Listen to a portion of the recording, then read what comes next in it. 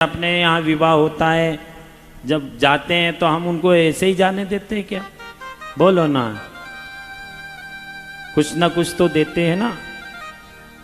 बाबा देवादिदेव महादेव की बारात में जो जो भी गए थे, नंदी, भृंगी, गण, बेताल, सर्प, बिच्छू, जितने भी विषैले जीव थे, डाकनी, शाकनी, गण, बेताल आदि गए थे तो बाबा भोलेनाथ के पास में खाली हाथ। अच्छा, ईमानदारी से बताना, आज हम भी आए ना भगवान के पास खाली हाथ, लेकिन ध्यान देना यहां से अब खाली हाथ नहीं जाओगे, ये मेरा विश्वास है, कुछ ना कुछ तो लेकर जाओगे। जितने भी शिव बाबा के विवाह में पहुंचे थे, बाराती बनकर विवाह उत्सव में सहभागी बने थे, सम्मिलित होकर हुए थे, उन सबको नाना प्रकार के रत्नों को, हीरा, मोती, सोना, चांदी, दुनिया की सारी जो अमूल्य वस्तुएं, बहुमूल्य वस्तुएं, सारा ऐश्वर्य नाना रत्नों से विभूषित जितनी स्त्रियां थी उनको और जितने आए थे उनको भगवान देवादिदेव महादेव ने सबको रत्नों का भेंट आदि द्रव्य देकर फिर विदा किया। ध्यान देना, शिव पुराण की कथा कहती है, मंदिर में, कथा में, संत के पास, गुरु के पास, अपनी बेटी के पास कभी खाली हाथ नहीं जाना। शिवालय हो, देवालय हो या किसी देवी देवता का स्थान हो, जब भी जाओ, सुबह हो या शाम, कभी खाली हाथ नहीं जाना। कुछ ना कुछ, फल हो तो फल ले लो, पुष्प हो तो पुष्प ले लो, सामर्थ्य अनुसार जो हो, धन ले लो, धान्य ले लो, लेकिन अपने घर से कभी खाली हाथ कभी नहीं जाना चाहिए। कभी भी मंदिर में खाली हाथ नहीं जाना चाहिए, कभी भी सत्संग में खाली हाथ नहीं जाना चाहिए, कभी भी शिव पुराण में, कभी भी राम कथा में, कभी भी देवी भागवत में, या 4 वेद का पारायण जहाँ हो रहा हो, यज्ञ हो रहा हो, 6 शास्त्र का, 18 पुराण का, उपनिषद का, संत, ज्ञानी, महात्मा, योगी, सन्यासी, तपस्वी जो भी सत्संग कर रहे हैं उनके पास कभी खाली हाथ नहीं जाना चाहिए।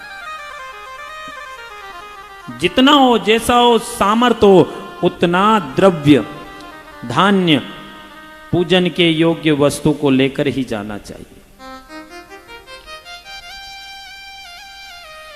ये शिव पुराण की कथा कहती है।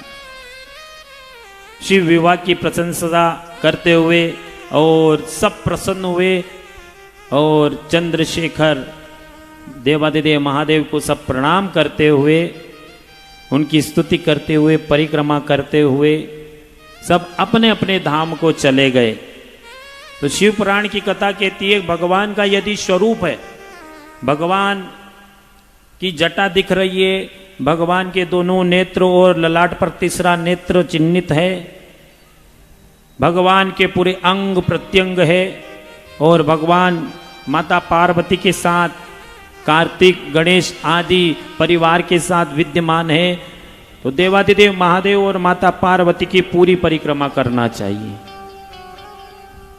स्वरूप की पूर्ण परिक्रमा होती है, लेकिन लिंग की आदि प्रदक्षिणा होती है। इसलिए होती है कि परिक्रमा करने से मार्ग विच्छेद होता है।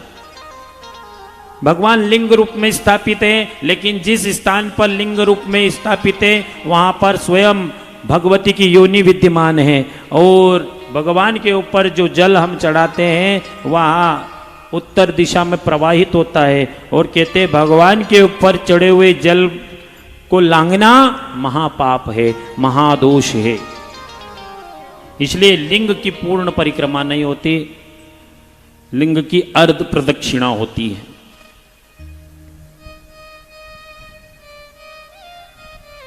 बड़े आनंद के साथ कैलाश पर्वत पर रहने लगे। इस प्रकार मंगलमय शिव विवाह का वर्णन किया। भगवान शिव और शिवा में मन लगाकर पवित्र हो प्रतिदिन इस प्रसंग को सुनना चाहिए। देखो अगर कहीं शिव पुराण सुनने का अवसर ना मिले ना तो घर पर ही शिव पार्वती मंगल का श्रवण करना चाहिए। जिन कन्याओं का विवाह नहीं होता है उसे पार्वती मंगल प्रतिदिन श्रवण करना चाहिए, पढ़ना चाहिए। शीघ्र विवाह के योग्य, शीघ्र अच्छा वर और अच्छा योग, दाम्पत्य जीवन का सच्चा साथी देवाधिदेव महादेव की कृपा से प्राप्त होता है।